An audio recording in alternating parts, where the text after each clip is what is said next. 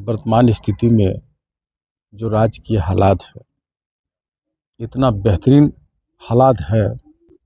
बिहार, उत्तर प्रदेश, महाराष्ट्र, ये सब तमाम प्रदेशों के तुलना में इस राज्य में विधि व्यवस्था, कानून व्यवस्था में बहुत अंकुश लगा है।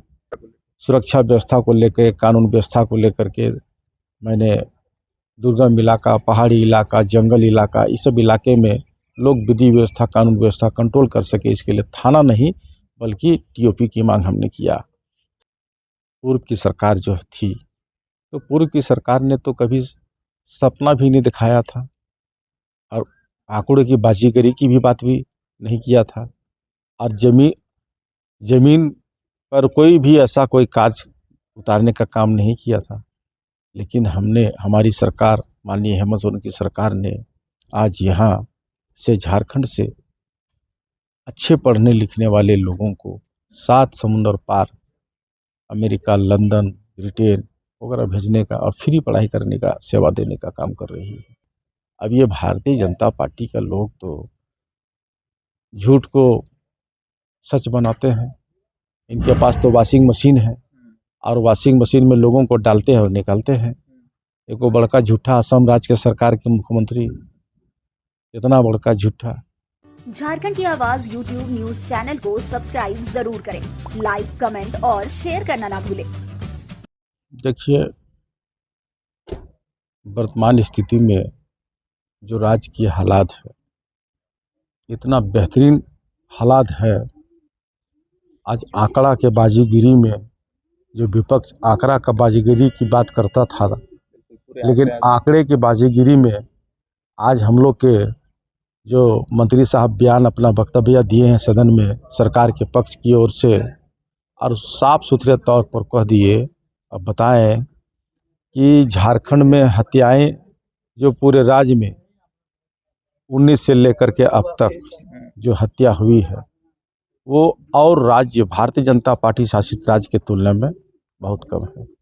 बिहार, उत्तर प्रदेश, महाराष्ट्र, ये सब तमाम प्रदेशों के तुलना में इस राज्य में विधि व्यवस्था, कानून व्यवस्था में बहुत अंकुश लगा है और आने वाले समय में और अंकुश लगने की संभावनाएं हैं।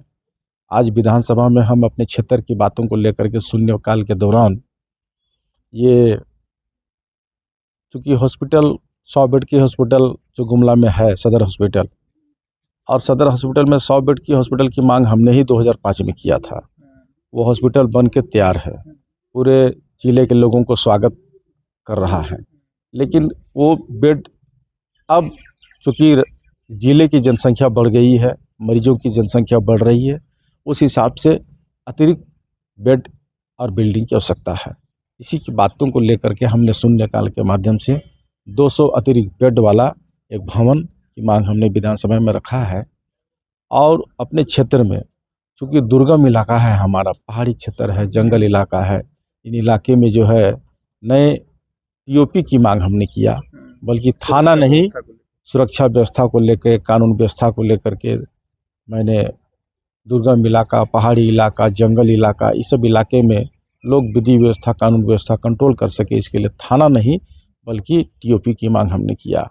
सरकार ने जवाब दिया कि हम इस पर विचार करेंगे, और विचार हमने, चूँकि राज्य के आज ये शिलान्यास भी राज्य में 12 नए थानों का हुआ है, और 12 नए थानों का शिलान्यास हुआ है, तो हमको उम्मीद है कि हमारे क्षेत्र में भी नए टीओपी का बनाने पर विचार सरकार करेगी, और उम्मीद हम करते हैं कि ये सरकार के समय काल में हमारे क्षेत्र में टीओपी बनेगा। ज़्यादा सुरक्षा, स्वास्थ्य पे आपने फोकस किया है, शिक्षा और रोजगार भी एक बड़ा मुद्दा है, उसको लेकर कैसे आगे आप अपने कार्यकाल में बढ़ेंगे? देखिए, शिक्षा की बात है तो हमारी सरकार जो है, पूर्व की सरकार जो थी, तो पूर्व की सरकार ने तो कभी सपना भी नहीं दिखाया था और आंकड़ों की बाजीगरी की भी बात भी नहीं किया था, और जमीन पर कोई भी ऐसा कोई काज उतारने का काम नहीं किया था। लेकिन हमारी सरकार, माननीय हेमंत सोरेन की सरकार ने आज यहाँ से, झारखंड से अच्छे पढ़ने लिखने वाले लोगों को 7 समुंदर पार अमेरिका, लंदन, ब्रिटेन वगैरह भेजने का और फ्री पढ़ाई करने का, सेवा देने का काम कर रही है।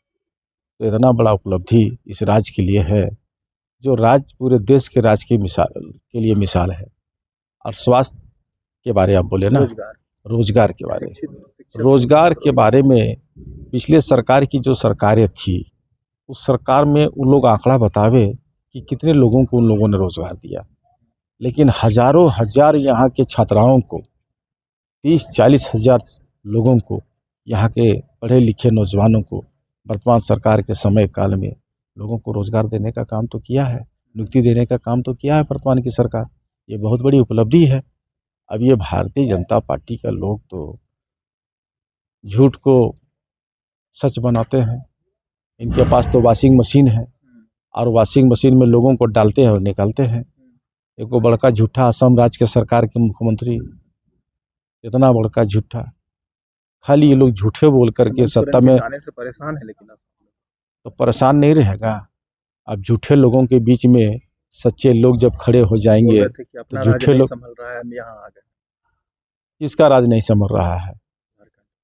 अरे झारखंड राज नहीं संभलता तो आज राज्य में पूरे सद्भावना और सद्भाव के साथ, सामाजिक समरसता के साथ ये राज गुजर बसर और अमन चैन के साथ गुजर बसर कर रहा है। तो इससे बड़ी अमन चैन और क्या हो सकती है? खुद आए थे और वो तो झूठा मुख्यमंत्री हेमंत बिस्वा शर्मा असम के कहा था कि वहाँ के आदिवासियों को जो है कि पट्टा देंगे, ज़मीन का पट्टा देंगे, वहाँ के आदिवासियों को आदिवासी का अधिकार दिलाएंगे, हक दिलाएंगे। 10 साल कितना साल हो गया उसका सरकार में, खाली झूठे बोल रहा है। आज झूठे बोल करके पार लगाना चाहता है और वॉशिंग मशीन से वो भी निकल कर आया है, ऐसा बात नहीं है। वो भी वॉशिंग मशीन से निकल कर आया है, इसलिए कितना झूठ और कितना सच बोलता होगा आप समझ सकते हैं, अंदाजा लगा सकते हैं। बिल्कुल झंडा गाड़ देगी इस बार। अरे गाड़ दिया, गाड़ देंगे नहीं, गाड़ दिया।